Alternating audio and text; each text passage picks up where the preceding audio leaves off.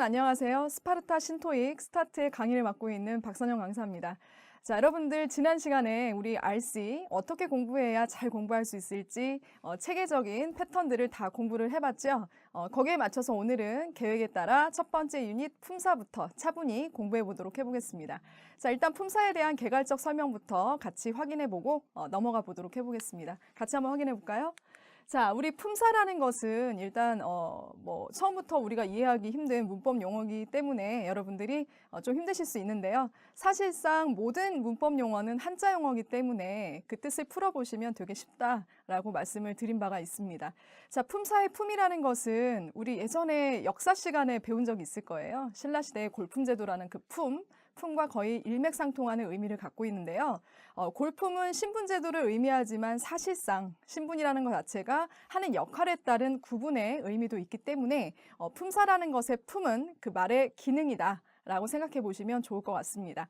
그래서 제가 지난 시간에도 말씀드렸듯 우리가 영어를 잘하려면 말로써 접근을 하셔야 되는데 말이라는 것은 한 덩어리의 개념으로서 자, 한 덩어리의 어떤 그 구조를 잡게 되려면 항상 하나의 기능과 하나의 의미 필요하다고 지난번에 말씀을 드렸을 겁니다. 그래서 의미라는 부분은 여러분들이 쉽게 생각하시는 사전적 의미를 생각하시면 되고요. 그 말들이 이런 의미와 어우러져서 또 다른 그 기능이라는 것을 내포하게 됩니다. 그래서 기능이 있어야 말 속에서 적절히 규칙적으로 일관되게 문장 구조를 만들 수가 있다라고 지난번에 말씀을 드렸죠. 그래서 이 품사라는 건 이 말 한 덩어리가 갖고 있는 기능이라는 그 개념이라고 생각해 주시면 좋을 것 같습니다. 그래서 우리가 흔히 품사라고 하면 우리가 명사, 대명사, 형용사, 동사 이러한 부분들을 우리가 품사라고 많이 일컫고 있거든요. 그래서 우리가 그런 어떤 품사적 용어에 집중을 할 때는 말의 의미보다는 기능적인 부분에 초점을 맞춰서 그 개별적인 어떤 특성들을 공부해 주는 게 일단 기초적으로 필요할 것 같습니다. 그래서 제가 첫 유닛을 품사라고 배정한 이유는요.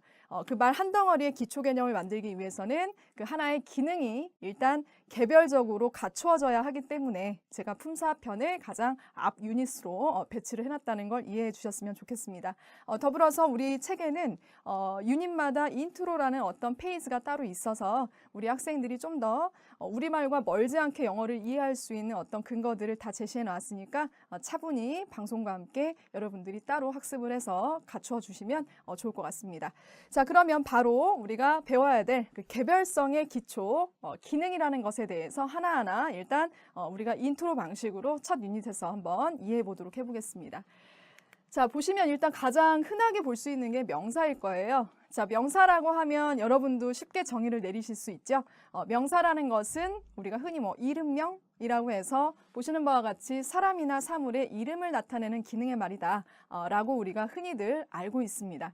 자, 그런데 이 명사라는 것이 실질적으로 우리 학생들이 이름이라는 건 안다 하더라도 워낙 지금 기초 학생들이기 때문에 어떤 형태가 명사로 쓰이는지 궁금해하실 것 같아서 제가 첫 유닛에서는 흔히 우리가 명사로 볼 수 있는 형태들이 보통 이제 영어라는 것은 기능적인 형태들이 보시는 바와 같이 말의 끝 이런 걸 어미라고 하거든요.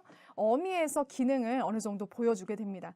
그래서 보시는 바와 같이 가장 흔하게 명사의 힘을 알려주는, 즉 이름의 기능을 합니다라고 알려줄 수 있는 그 형태들을 보시는 바와 같이 제가 여러 개를 박스 안에 다 적어드렸어요. 그래서 일단은 여러분들이 영어를 접근할 때 꼭 모든 영어의 단어들을 다 외워야 된다고 생각하시는데 일단 다 외우고 시작할 수는 없기 때문에 보시는 바와 같이 저러한 어미의 형태를 가지고 있는 애들은 문장 내에서 이름의 기능을 도맡아서 한다라고 생각하시면 좋을 것 같습니다. 그래서 보시는 바와 같이 station, expression, happiness, apartment, teacher, ability, friendship 같이 말의 형태들이 붙어 있으면 이러한 것들 전부 다 명사의 형태라고 보실 수가 있을 것 같습니다. 자, 그러면 우리가 이런 명사의 어떤 그 형태를 갖고 있는 것들이 실제 문장 내에서 어떤 역할을 하고 있는지 자리를 한번 살펴보시면요. 보통 이제 자리를 볼 때는 좀 이따도 제가 말씀을 드리겠지만 이러한 동사를 중심으로 어디에 위치했냐에 따라서 그 기능들이 제대로 발휘를 할 수가 있거든요. 우리 이름이라면 보통 문장 내에 어디 자리에 많이 쓰이냐면 동사 앞에 있는 주어라는 자리가 있어요. 동작의 주체를 나타내는 그러한 이름인데 그런 부분들에 이렇게 명사를 쓸 수가 있고요. 그 다음에 자, 동작을 받는 목적어라는 수동의 대상이 있어요. 자, increase라는 것은 무엇을 증가시키다라는 뜻이기 때문에 증가시키는 주체와 증가될 수 있는 대상, 이 두 가지 부분이 필요하므로 이렇게 자, 증가되어질 수 있는 동작을 받는 수동의 목적어도 이렇게 이름이라는 명사를 쓰게 됩니다. 더불어서 my cousin is라고 해서 내 조카는 이다. 이다라는 설명으로 my cousin이라는 주어인 명사를 설명할 수 없을 때는 이것과 동일한 명사를 하나 더 써서 engineer, 내 사촌은 기술자다. 이런 식으로 주어랑 동일한 명사를 써서 좀 더 보충 설명할 때 똑같은 이름을 이 자리에 활용해 볼 수가 있습니다. 자, 지금 들어보시는 설명들이 좀 생소하다 할지라도 계속 반복되는 부분이기 때문에 일단 처음 들을 때는 들어놓으신다라고 생각하시면 좋을 것 같습니다. 그래서 일단 명사는 이러한 형태를 가진 애들이 명사로 쓰일 수 있고요. 이름이고요. 이름이 제대로 역할을 하려면 동사 앞에 있는 주어 자리나 동사에 따라 필요에 따라 동작을 받는 목적어 자리 내지는 주어에 대한 설명을 더 해줄 수 있는 보충 설명의 보어 자리에 쓸 수 있다. 이 정도만 그냥 한번 들어두시면 좋을 것 같습니다. 자, 그 다음에 명사에서 또한 공부해야 될 게 나중에 명사편에 다 나올 거니까 오늘은 웜업 한다고 생각하시면 되세요. 그래서 자, 명사 종류에는 가산명사와 불가산명사 두 가지가 있는데요. 말이 좀 어려워지시겠지만 명사라는 건 사실상 활용할 때 이 수가 굉장히 중요합니다. 중요한 특성을 갖고 있기 때문에 이렇게 가산, 셀 수 있냐, 불가산, 셀 수 없냐를 우리가 나중에 꼭 가려서 써줘야 될 이유가 있거든요. 그건 나중에 명사편에 가서 하시는 걸로 하고 일단 이름은 제대로 쓰려면 가산, 불가산의 수가 필요하다라는 것만 일단 알고 들어가시도록 할게요. 그래서 우리가 실질적으로 명사의 형태에는 이런 수를 반드시 표현해야 되는 이유가 있으므로 우리가 보시다 보면 이렇게 규칙형과 불규칙형을 나눠서 가산명사일 때의 수 표현의 형태들을 다시 한번 공부를 좀 해줘야 됩니다. 그래서 일단 뭐 tion, sion, ness 이런 게 붙으면 명사다라는 것과 함께 이것들이 제대로 활용될 때는 수 표현이 필요한데 수가 될 때는 기본적으로 아시겠지만 복수의 s를 활용하게 되거든요. 그래서 요게 붙으면 복수, 떨어져 있으면 단수 이런 식으로 가산명사의 다양한 형태들을 활용해 볼 수가 있는데요.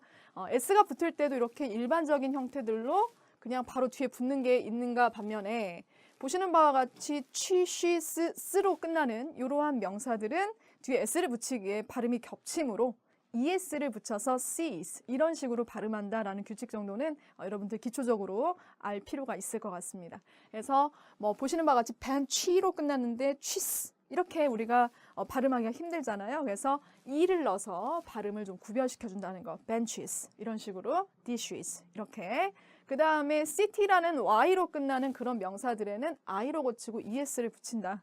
지겹지만 일단 이런 형태에 익숙해지셔야 여러분들이 영어를 볼 때 좀 더 넓은 관점에서 볼 수 있을 거란 생각이 들어서 일단 대략적으로 한번 적어드렸습니다. 그리고 토익에 많이 나오진 않지만 보시는 바처럼 s와 상관없이 이렇게 별개의 형태로 어떤 그 복수형을 표현하는 그러한 명사들도 있으니까 이런 정도 있다라고 알고 넘어가시면 일단 명사에 대한 웜업은 끝난 것 같습니다. 자, 그 다음에 이제 우리 다음 품사로 한번 넘어가 보도록 해보겠습니다. 자, 명사 다음으로 만만한 게 대명사죠. 이름 풀어보시면 이름을 대신한다. 이름을 대신해야 될 이유도 나중에 대명사 유닛이 따로 있어요. 그래서 오늘은 친해지는 시간으로 한번 대명사가 뭔지 대략적으로 알아보도록 해보겠습니다. 자, 대명사는 명사를 대신하는 기능을 하고요. 이전에 앞에 한번 언급됐던 이름이 또다시 언급이 될 때는 불편하기 때문에 그냥 대신받는 명사를 주로 사용합니다. 그래서 영어는 대명사가 특히나 많이 개발되어 있는데요. 얘가 명사를 대신한다고 해서 기본적으로 이름을 나타내는 기능이 달라지지 않기 때문에 실제 문장 내에서 역할을 보시면 아까처럼 동사를 중심으로 주어 자리, 그 다음에 이렇게 자 이다는 아까 주어에 대한 주격 보어가 필요하다고 말씀드렸죠. report가 이다라고 하면 아무 설명이 안 되기 때문에 여기 명사를 한번 더 쓸 수 있다고 말씀을 드렸죠. 이렇게 hers라는 어떤 명사로서 그 보어를 또 대신할 수가 있고요.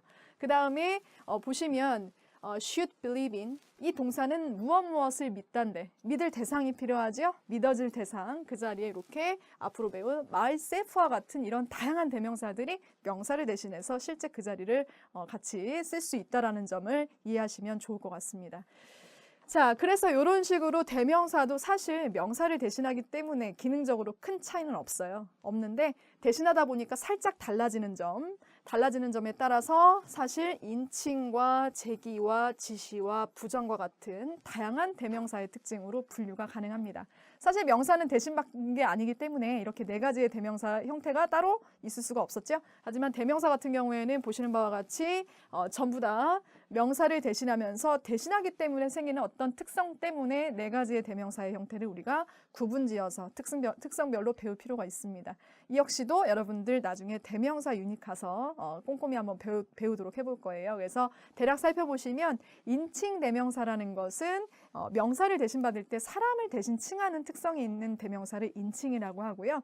그 다음에 거기다가 우리가 좀 어려워하는 셀프형을 붙이면 제기라고 해서 자 뭔가를 되돌리면서 대신받을 수 있는 그 되돌린다는 게 뭔지는 나중에 실제 예문에서 공부하도록 할게요. 그래서 제기대명사라는 어떤 형태도 있고요. 그 다음에 여러분이 흔히 알고 있는 지시대명사. 지시대명사는 가깝냐 뭐냐? 이렇게 가까울 때는 디스티즈, 멀리 있을 땐 데도즈를 써서 우리 학생들 대신받을 수 있는 대명사가 바로 지시대명사입니다.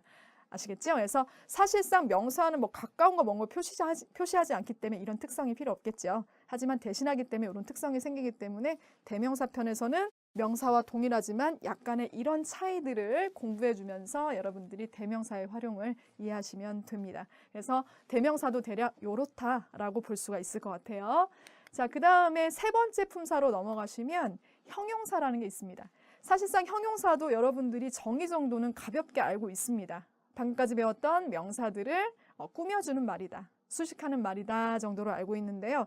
사실 그 수식하다라는 말이 쉬운 말은 아니에요. 그래서 제가 잠깐 바꿔 설명해 놓아봤는데요. 형용사란 명사의 상태나 성질을 설명하는 기능의 말이다.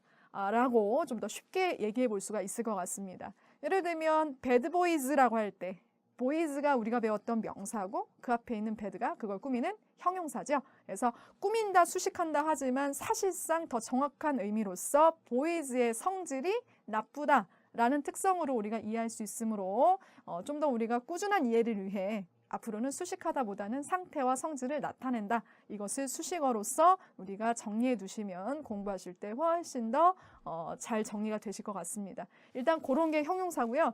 그래서 우리가 형용사를 보자마자 좀 이해할 수 있으려면 아까도 얘기했지만 모든 형용사를 다 외우고 시작할 수는 없어요. 그래서 우리가 형용사의 형태들도 특별히 생김새가 말의 끝, 엄이라는 것이 보통 이제 요런 게 붙으시면 형용사가 된다라고 볼 수가 있습니다. 요런 게 붙으면 명사 앞에서 명사의 상태나 성질을 나타내는 수식어다라고 볼 수가 있다라는 거죠. 그래서 가장 쉬운 예가 y가 붙는 거, is나 busy 요 정도는 알고 계시죠? 그리고 보통 이제 가능한의 뜻을 갖게 되는 형용사 어미로 able 이라고 해서 reliable, durable 요런 식 비슷하게 생긴 possible과 같이 IBLE 요런 것들 그 다음에 careful이나 useful과 같은 full, 됐죠? 뭐 beautiful도 있을 수 있고요. 그 다음에 AL이나 OUS, 그 다음에 EVE, LESS. 특히 LESS가 들어가면 무엇이 없다라는 어떤 부정의 의미가 추가되는 형용사가 되기 때문에 약간의 주의가 필요한 형용사 종류가 될 것 같습니다. 그래서 여기 써드린 게 다 형용사의 어미가 전부는 아닌데요. 이런 게 붙게 되면 여러분들 형용사로서 명사의 수식이 가능한 말이 된다라고 보시면 될 것 같습니다. 자, 그래서 형용사도 이제 문장 내에서 어디 자리에 쓰여야 이런 역할을 할 수가 있느냐. 가장 흔한 자리가 여러분들 이렇게 명사에 인접한 자리가 보통 수식어 자리라 볼 수 있습니다. 그래서 아까도 얘기했지만 product는 product인데 product의 상태나 성질을 나타내면 그게 수식어가 된다고 말씀을 드렸죠. product의 상태가 defective, 결함이 있는 이란 뜻이거든요. 결함이 있느니 프로덕트를 보통 꾸민다고 우리는 얘기를 하는데 더 정확히 얘기하면 프로덕트의 상태나 성질이 결함이 있는 이란 어떤 그 뜻으로서 수식을 하고 있다라고 얘기를 할 수가 있다라는 거예요. 그래서 형용사가 제대로 된 역할로 쓰이려면 걔가 얘기해주는 그 상태나 성질을 말해주는 명사가 이렇게 바로 인접한 자리에 나와 있어야 된다라고 우리가 볼 수가 있을 것 같습니다. 자, 그 다음에 이 자리는 조금 어려우신데 이거는 나중에 형용사 편에서 엄청 열심히 배울 거예요. 그래서 오늘 한번 들어만 주시면 좋을 것 같습니다. 보시면 똑같은 디펙티브고 똑같은 프로덕트인데 아까처럼 바로 바짝 옆에 붙어 있지 않죠. 자, 이 디펙티브 같은 경우에는 여러분들 꼭 필요한 성분이라는 게 됩니다. 성분이 뭐냐면 여러분들 성분이라는 건 문장을 이룰 때 꼭 필요한 어떤 재료 같은 건데요. 자.